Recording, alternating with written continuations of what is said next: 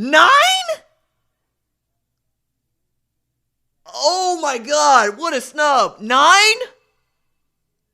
Penn State at 8? Penn State gonna get curb stomped by Ohio State this weekend anyway. What are we doing? 9? That means you got the MAC back in Alabama ranked ahead of Oklahoma with Jalen. Oh, goodness me. Garbage. What? Utah played UCLA. They have not played a ranked opponent since Cal. Ugh. The Utes ain't played nobody. That means you got Oregon at 6. All right. Ugh. Okay. What I thought was going to happen was that the committee would take a look at the facts on the ground, and the facts on the ground were, 1, Tua Tagovailoa was lost to the season with a hip injury for which he had surgery for yesterday, which means that the Mac back, aka Mac Jones, is the starting quarterback at Alabama right now, and Mac is not Tua. But even if Mac was Tua, the Bama defense is not the Bama defense that we're used to seeing in years past. And more to the point, Raekwon Davis also went down with an injury. You're playing true freshmen all over the front seven, and your back four ain't necessarily that great. We thought that the secondary was going to be awesome, but you saw what Joe Burrow and his trio of Charlie's Angels wideouts was able to do to them. I don't have a problem with LSU and Ohio State staying at 1-2, although I could make an argument that Ohio State is a better team than LSU because LSU has given up 37 points to Ole Miss and 38 to 2-8 Vanderbilt. But whatever. They're undefeated. I get it. Fine. 1-2. That'll work itself out. Clemson might have the strongest case to be the number one team in the country because all they've been doing is blowing people out.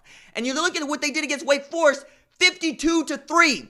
Travis Etienne is the best running back nobody's talking about because Chuba Hubbard's rushed for 1,700 yards, and everybody wants to tell you about how good J.K. Dobbins is at Ohio State, and Jonathan Taylor rushed for 204 yards on 25 carries. Cool. Fine. We'll even let that slide. Georgia at 4. I get it. They beat an Auburn team that everybody thinks is pretty good because Derrick Brown's playing at nose, and that secondary and that front seven of theirs has been pretty awesome. They are outstanding defensively. They suck offensively, but people want to continue to tell me that Auburn is more than Bo Nix and his problems, even as Gus Malzahn is calling football like he just discovered his own playbook in NCAA 14. However, you got Georgia getting wins against Auburn and, of course, Florida and, yes, Notre Dame. Never mind they lost to South Carolina. Fine, whatever. We'll even take that at 4. But where I have a problem is 5 through 9. Because, of course, as I touched on with Alabama, you're playing your backup quarterback. And you're calling that the number 5 team in the country? No, sir. Oregon has one win against a ranked opponent all year. And it's a Washington team that nobody respects. Nobody thought Washington was good when they played that game.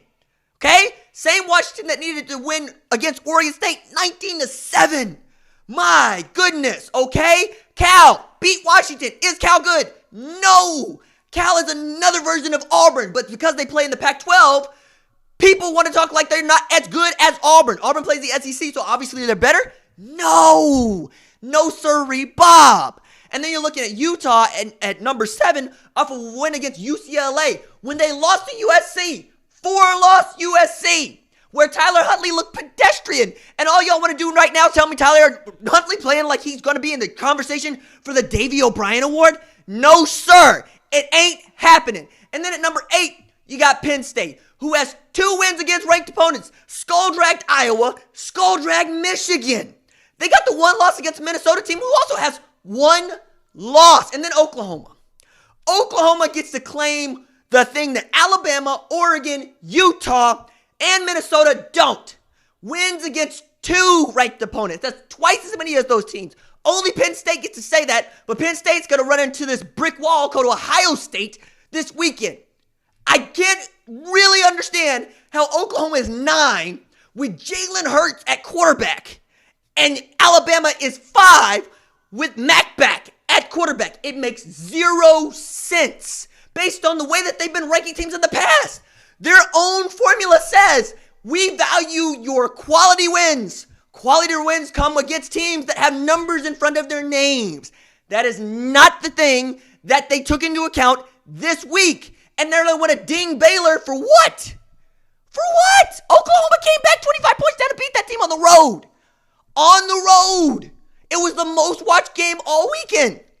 And yet here we are with the committee really desperately trying to make everybody think that the SEC is all powerful and holding up the 2 teams in the Pac-12 with 1 loss. Whereas the first Big 12 team of the 4 Big 12 teams that is ranked is at 9? Please, we got 2 one-loss teams in this league. And you're telling me Utah and Oregon are better than Baylor and Oklahoma? That's not possible, dog. It's not possible. I hate this. I really do.